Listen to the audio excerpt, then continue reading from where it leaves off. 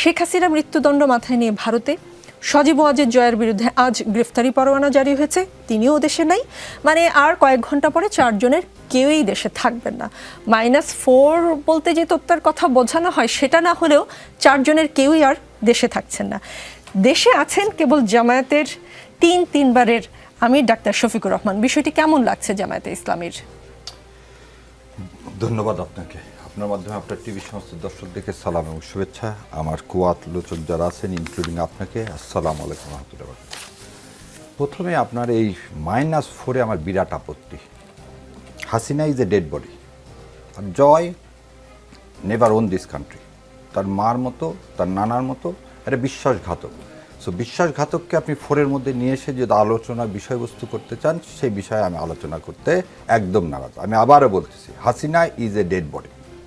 হাসিনা নিজের দাফন, নিজের কাফন ইচ্ছা মতো তার শ্বশুরবাড়ি ইন্ডিয়াতে চলে গেছে। আপনি তাকে আবার নিয়ে আসতেছেন কেন? রাজনীতিতে তাকে কেন আপনি একটা পার্ট করতে চাচ্ছেন?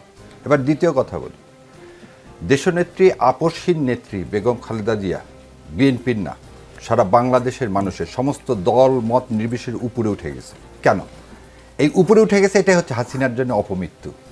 হাসিনার ফাঁসি হয়েছে সেটা না, কিন্তু হাসিনা দেখতেছে সমস্ত রাজনৈতিক দল, যাকে আমি কারাগারে পয়জন দিলাম, তাকে নিয়ে সবাই মিলে বলতেছে উনি সমস্ত বাংলাদেশের মানুষের নেত্রী, সমস্ত দল মত নির্বিশেষে উপরে।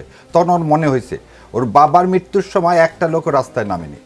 আর জিয়াউর রহমান যখন মারা যায় তখন মানিক মেহবিনীতে লোক জাগা দেওয়া যায়নি। সো রাজনৈতিক অপমৃত্যুকে আপনি আবার যদি -4 বলে নিয়ে আসার চেষ্টা করেন, আর জয় হচ্ছে একটা লুটেরার সম্পর্কে আপনার বলতে তো আমি আপনাকে নিয়ে খুব গর্ববোধ করি, কারণ আপনি এই দেশের এই আন্দোলনে ওয়ান অফ দ্য, আমি হিরোইন বলবো না, আপনি হচ্ছে সেই যোদ্ধা। সেই যোদ্ধা কোনদিন এটা লুটেরাকে এই 4-এর মধ্যে আনতে পারে না।